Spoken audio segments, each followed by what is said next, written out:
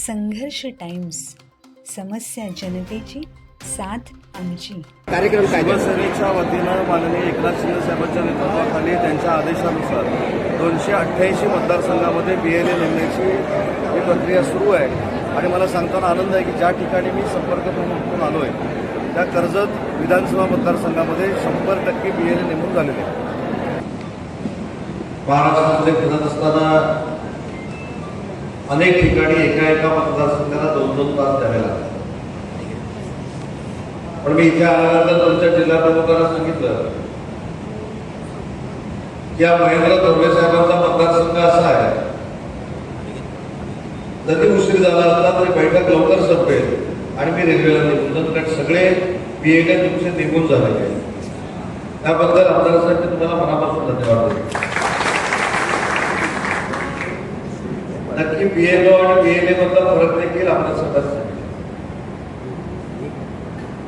मागच्या वेळी 2002ला हाच कार्यक्रम आपण सगळ्यांनी राबवला आणि पुन्हा एकदा मतदार नोंदणीचा कार्यक्रम आता 2026ला आपण राबवला.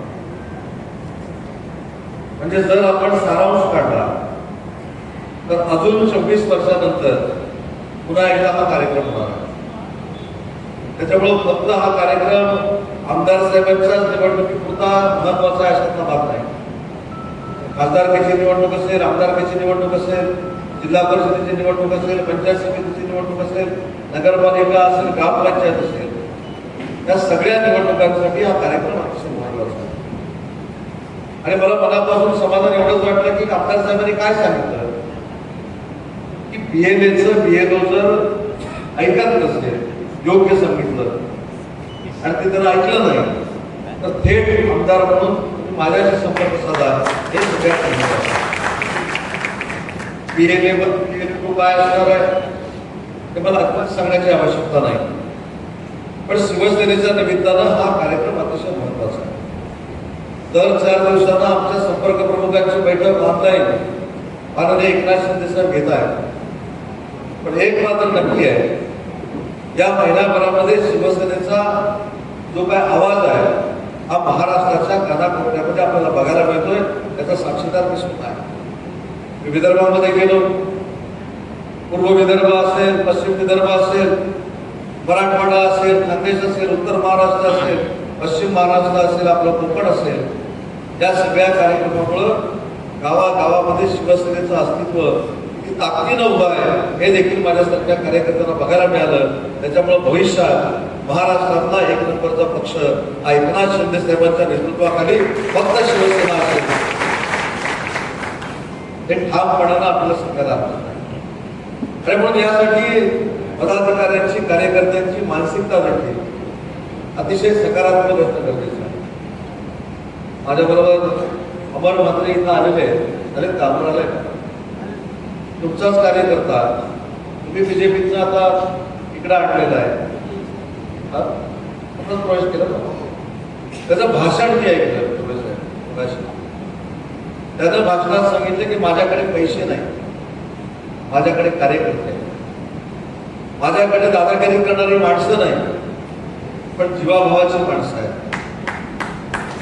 आणि म्हणून कोणाचीही ताकद मागत असताना एका जिल्हा परिषद गटात भले त्याला पराभव पत्करावा लागला असेल तरी समोरच्याला फेस काढणे एवढी 14,000 मतं त्या अमरनाथाकडे.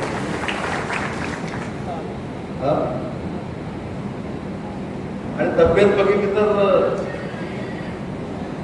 म्हणजे आपण एवढी मतं घेऊ शकतो का लोकांपर्यंत पोहोचू शकतो हे आपल्याला देखील जाणवलं लागलं. मी त्याचं नाव एवढ्यासाठीच घेतलं की सर्वसामान्य कुटुंबामध्ये काम करणारा एखादा शिवसैनिक जेव्हा पेटून उठतो, कार्यकर्ता जेव्हा पेटून उठतो, तरी समोर दिग्गज लोकांची पर्वा करत नाही हे त्यानं दाखवून दिलंय.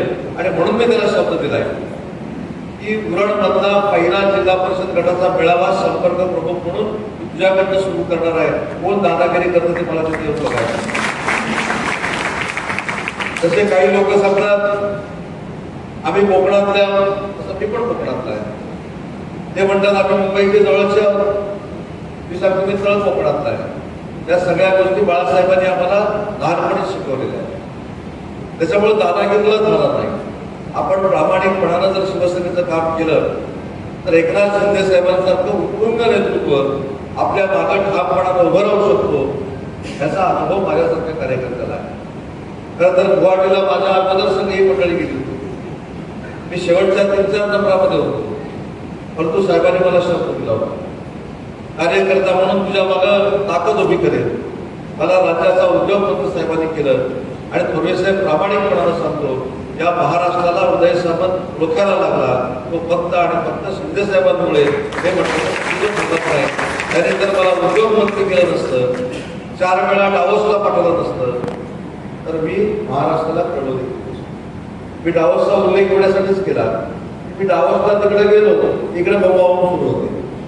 त्याच्यामुळे उदय सामंत तिकडे गेलाय, याचा डबका इकडे पिटणारे जे आहेत त्यांच्यामुळे उदय सामंत काहीतरी महाराष्ट्रात करतोय हे दाखवण्याची संधी मला एकनाथ शिंदे साहेबांनी दिली आणि त्याच एकनाथ शिंदे साहेबांचे हात आपल्याला मजबूत करायचे. ते BLAच्या माध्यमातून करायचे, ते गटप्रमुख नेमून करायचे, ते विभाग प्रमुख नेमून करायचे. आता तर जिल्ह्याच्या जो काय फॉर्मॅट आहे तो देखील बदलला आहे.